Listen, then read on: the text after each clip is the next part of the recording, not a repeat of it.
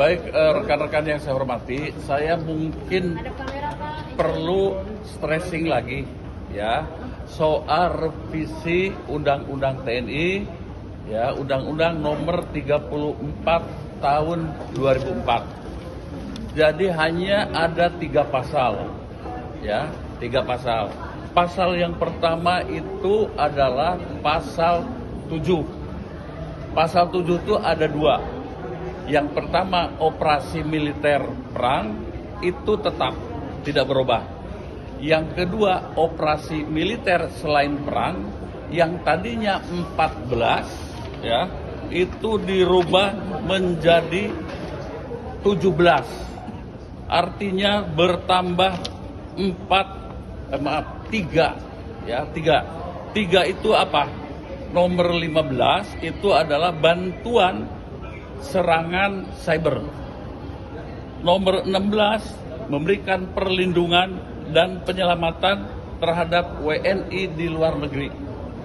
Nomor 17 bantuan penyalahgunaan narkoba. Jadi memberikan bantuan. Itu menjadi 17, dari 14 menjadi 17. Oke, ya itu pasal 7.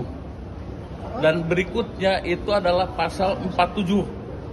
Pasal 47 itu ya khususnya yang direvisi itu adalah ya ayat 2-nya. Ayat 2 Undang-Undang TNI yang lama ada 10 lembaga dan kementerian yang diizinkan diduduki oleh perwira atau prajurit TNI aktif. Kemudian produk undang-undang mulai tahun 2004 sampai 2004 sampai dengan 2022 ya, itu ada 6 lembaga pemerintah ya, sehingga keduanya digabungkan 10 dan 6 menjadi 16. Saya ulangi, 16. 16 itu sudah existing, ada di undang-undang dan peraturan pemerintah. Apa saja? Itu yang pertama BNPT, kedua BNPB, ketiga Kejaksaan Agung, keempat Bakamla, kelima BNPP, dan keenam KKP. Jadi clear, tidak ada perluasan kewenangan. Tidak ada perluasan penempatan prajurit, ya semuanya berdasarkan undang-undang. Mengapa keenam yang baru itu yang berdasarkan undang-undang dimasukkan dalam undang-undang TNI itu untuk lebih existing. Jadi sekali lagi tidak ada penambahan atau perluasan, ya. Kemudian berikutnya pasal 53, ya.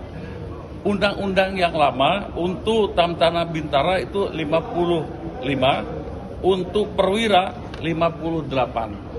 Ya.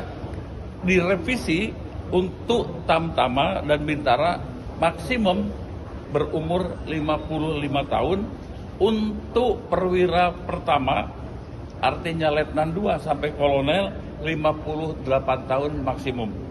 Untuk perwira tinggi bintang 1 maksimum 60 tahun.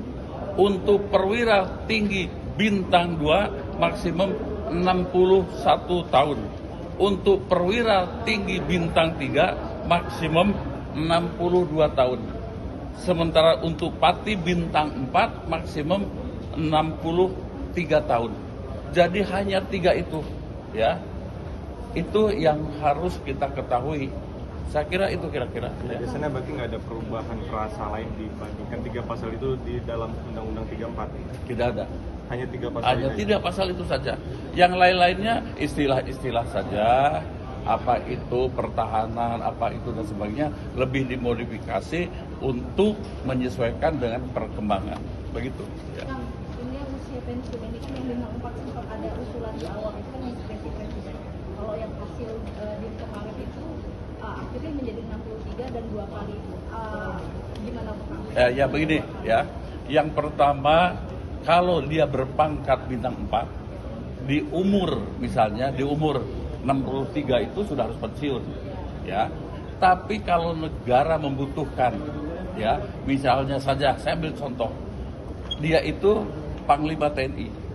Nah, kemudian ini menjelang pemilu, sehingga dia dibutuhkan tidak perlu mencari perwira tinggi atau Panglima TNI yang baru. Ya sudah diperpanjang, begitu.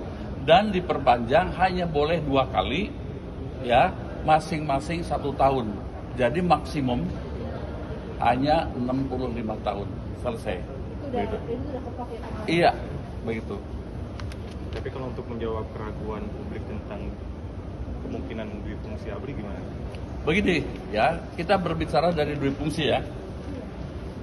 Semua itu berdasarkan pengalaman. Yang pertama, dui fungsi ABRI itu kan pada posisinya di mana? 1, anggota parlemen. 2, itu para pemimpin kepala daerah. Dulu anggota parlemen itu ditunjuk oleh Panglima TNI. 100 orang untuk jadi anggota DPR ditunjuk. Lalu bergabung di sana, di DPR, dalam koalisi ABG.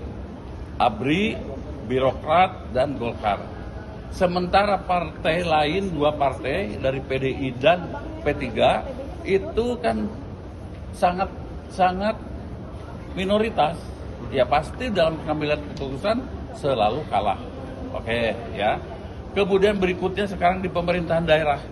Dulu baik gubernur maupun para bupati, wali kota juga ditunjuk, lalu namanya diserahkan ke anggota DPRD yang notabene mayoritas itu anggota ABRI, ya pasti menangnya. Ya, sekarang seperti saya untuk menjadi anggota DPR saya harus mengundurkan diri, ya. Dan kemudian saya tidak ada hubungannya lagi dengan Panglima TNI. Saya murni mengabdi kepada negara dan bangsa melalui fraksi PDI Perjuangan. Begitu. Demikian juga yang fraksi-fraksi lain. Jadi sudah tidak mungkin lah, ya. Kalau gubernur juga mundur dari TNI dan kemudian mencalonkan diri sebagai gubernur. Dan kemudian setelah itu ya dia menjadi pejabat gubernur, ya, pejabat negara di situ yang harus patsun pada kepentingan rakyat di daerahnya, bukan kepada kepentingan TNI lagi. Itu, ya. Dan itu ada beberapa hal yang memang kita kunci di Undang-Undang TNI di pasal 39. Pasal 39 itu tidak dirubah. Menyangkut 3 hal pasal 39 itu. 1, prajurit TNI tidak boleh berpolitik praktis. Ini bisa kena pidana loh, ya. Yang kedua, tidak menjadi bagian atau simpatisan dari partai politik. Dan yang ketiga, tidak berbisnis. Itu, ya.